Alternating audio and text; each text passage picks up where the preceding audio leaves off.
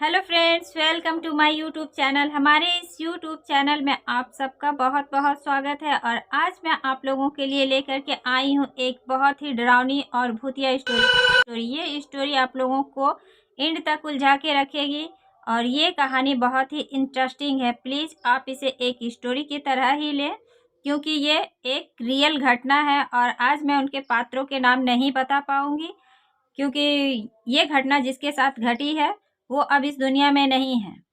तो मैं ज़्यादा कुछ बोल करके उनके घर वालों को दुखी नहीं कर सकती हूँ, और ये मना भी किया गया है। तो सिर्फ इतना जान लीजिए कि ये गोमोटू विलेज की कहानी है। तो चलिए कहानी आगे बढ़ाते हैं। ये कहानी दो दोस्तों की है, अजय और विजय। दोनों बहुत ही गहरे दोस्त थे। वो गांव से गोमो जॉब करने के लिए आया करते थे। वहाँ उनकी रेलवे में सर्विस थी, तो वो अक्सर पैदल ही आया जाया करते थे। और वो दोनों बहुत खुश रहा करते थे, खुश मिजाज इंसान थे। उनमें इतनी गहरी दोस्ती थी कि वो पैदल रास्ता तय कर जाते थे, बहुत दूर होती थी, लेकिन उन्हें पता नहीं चलता था और हंसी मजाक करते हुए वो रास्ता क्रॉस कर जाते थे। एक बार ऐसा होता है, बहुत ज़्यादा जाड़ा, पहले के टाइम में बहुत ज़्यादा जाड़ा हुआ करती। जाड़े के समय में वो दोनों अक्सर अपनी ड्यूटी किया करते थे। उनकी रात ड्यूटी थी, शिफ्टिंग। तो रात के समय में आना जाना आराम से कर रहे थे दोनों। और एक दिन जो होता है, अजय की तबीयत खराब हो जाती है, तो विजय अकेला पड़ जाता है। और वो जा कर के जब पूछता है कि क्या आज चलना है ड्यूटी पे, तो उन्होंने कहा कि नहीं, मेरी तबीयत बहुत ज़्यादा ख़राब है और आज मैं नहीं जा पाऊँगा। तो एक काम करो, अगर आपको नहीं अच्छा लगता है तो आप भी छोड़ दो। तो वो कहते नहीं नहीं, मैं चला जाऊँगा, ऐसी कोई बात नहीं है। आप रहते थे तो समय कट जाती थी। और वो निकल जाते हैं घर से जाने के लिए ड्यूटी पे।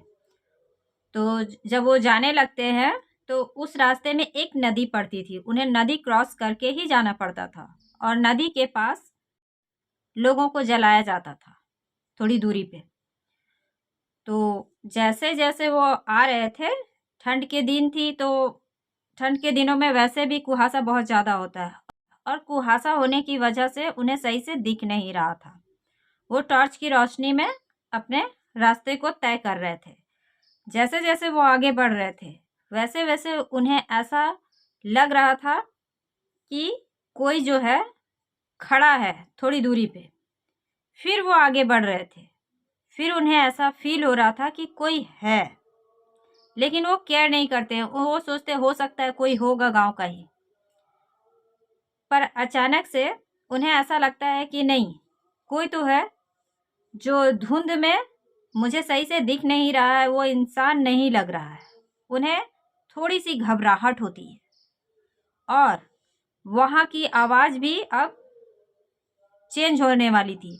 वहाँ पे अजीब तरह की उन्हें एक आवाज़ सुनाई देती है। ये आवाज़ उन्हें ऐसा लगता है कि जाना पहचाना है। वो कोई उसका नाम लेकर के बुलाता है कि विजय। वो ध्यान नहीं देते। उन्हें लगता है कि मुझे थोड़ी कन्फ्यूज़न हुई है। लेकिन फिर से जब वही आवाज़ उन्हें दोबारा सुनाई देती है, तो वो पलट के देखते हैं, वहाँ कोई नहीं था। उसके बाद वो फिर अपने टॉर्च को इधर उधर मारते हुए फिर आगे थोड़ी दूर बढ़ते हैं। थोड़ी दूर बढ़ने के बाद अचानक से कोई उनके कंधे पे हाथ रखता है, तो वो सिहर जाते हैं और फटाक से पलट के पीछे देखते हैं। तो एक व्यक्ति खड़ा था। वो उनसे कहते हैं कि आप कौन हो? तो वो कहता है कि मैं यहीं रहता हूँ। तो वो थोड़ा सा उन्हें अच्छा फील होता है कि हो सकता है ये यहीं रहता है। तो वो कहते हैं कि इतनी रात को आप यहाँ क्या कर रहे हो? उन्होंने कहा कि एक काम करो, तुम इस साइड से नहीं उस साइड से जाओ, नदी पार करना, क्योंकि इधर पानी की गहराई बहुत ज़्यादा है। तो वो सोचते हैं कि चलो, अच्छे व्यक्ति हैं, बता दिए। अब वो दूर जाते हैं और नदी के ढलान में उतरने लगते हैं। जैसे ही वो नदी की ढलान में उतरने लगते हैं, उन्हें वहाँ पे एक और व्यक्ति खड़ा मिलता है। अब वो कहते हैं कि क्या आपको नदी पार करनी है? तो चलिए साथ में मिलके पार कर लेते हैं। वो व्यक्ति कहता है कि नहीं, तुम इधर से नहीं, उधर से जाओ, वो वाली साइड से, यहाँ पे पानी बहुत गहरी है। अब उन्हें ये माजरा समझ नहीं आता है कि एक व्यक्ति ने कहा कि तुम इधर से नहीं उधर से जाओ, और जब मैं इधर आया तो यहाँ पे भी एक आदमी खड़ा है और वो कह रहा है कि नहीं तुम इधर से नहीं उधर से जाओ, यहाँ पानी गहरा है। अब वो कंफ्यूज हो जाते हैं, उन्हें समझ नहीं आती कि मैं क्या करूँ। इसी कंफ्यूजन में वो सोचने लगते हैं वहाँ खड़ा होकर के। तो फिर उन्होंने सोचा कि क्यों ना मैं इन दोनों की बात ना मान करके मैं बीच से चला जाऊँ। वो बीच से पार हो जाते हैं। पार होने के बाद जब वो दूसरे छोर पे जाते हैं तो वहां उससे पहले ही वो एक व्यक्ति वहां खड़ा होता है और वो उसके पीछे पीछे चलने लगता है।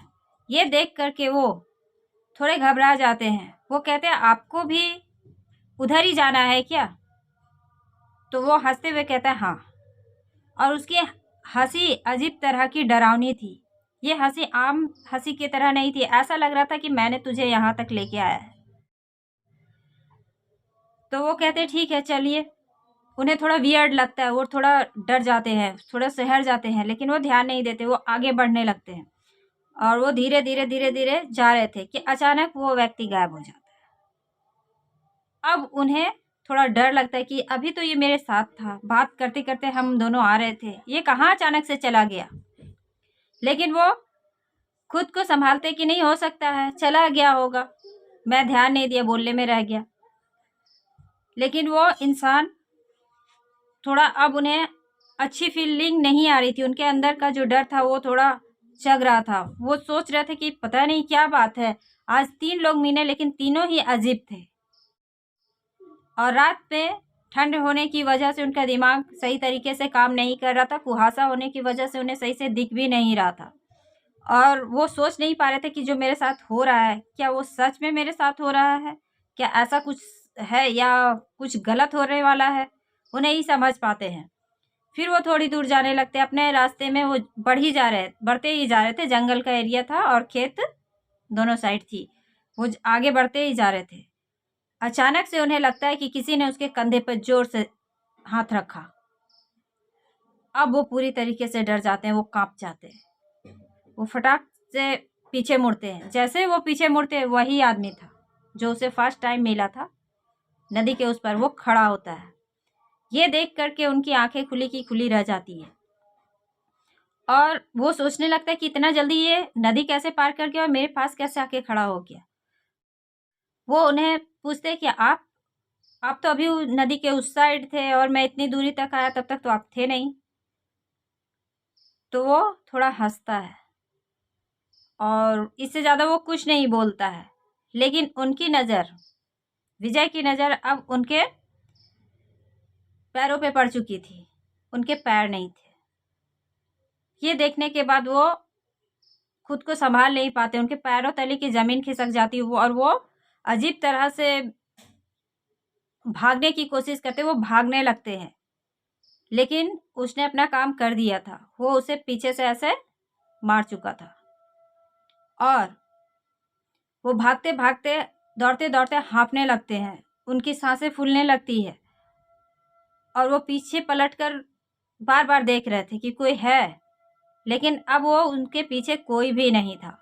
जब वो आते हैं ड्यूटी, तो ड्यूटी आने के दौरान वो पूरी तरीके से थक चुके थे और उनका जो ये था, उनकी सांसें फूली हुई थी। वो किसी तरह संभालते हुए वहाँ से ड्यूटी तो आ जाते हैं, लेकिन ड्यूटी में उन्हें फीवर आ जाता है बहुत ज़्यादा और वो फिर से सुबह में वहीं पे रुक जाते हैं। सुबह जब वो घर जाते हैं तो बहुत ज़्यादा डरे हुए थे। उन्होंने घर में सारी बात बताई और उनके घर वालों ने जब उन्हें झाड़ फूँक करा, उन्हें बहुत ज़्यादा फीवर आ चुकी थी। उनको जब झाड़ फूँक की गई तो उनके पीठ पे ऐसे पंजों के निशान तो थे, लेकिन झाड़ फूँक करने के बावजूद भी उनकी तबीयत ठीक नहीं होती है और वो डेथ कर जाते हैं। तो इसके बाद उनके घर वालों में बहुत ज़्यादा दुख और शोक की लहर दौड़ जाती है और वो लोग इस बात को विश्वास नहीं कर पाते कि उनके साथ ऐसा कुछ हुआ। तो thank you for watching this story. अगर आपको ये स्टोरी अच्छी लगे तो प्लीज़ लाइक एंड कमेंट्स ज़रूर कीजिएगा और ये एक सच्ची घटना है, ये कोई स्टोरी नहीं है, लेकिन फिर भी आप इसे स्टोरी की तरह ही लीजिएगा। और अगर आपके पास भी कोई ऐसी स्टोरी है तो प्लीज़ मुझे शेयर कीजिएगा। Thank you for watching this story.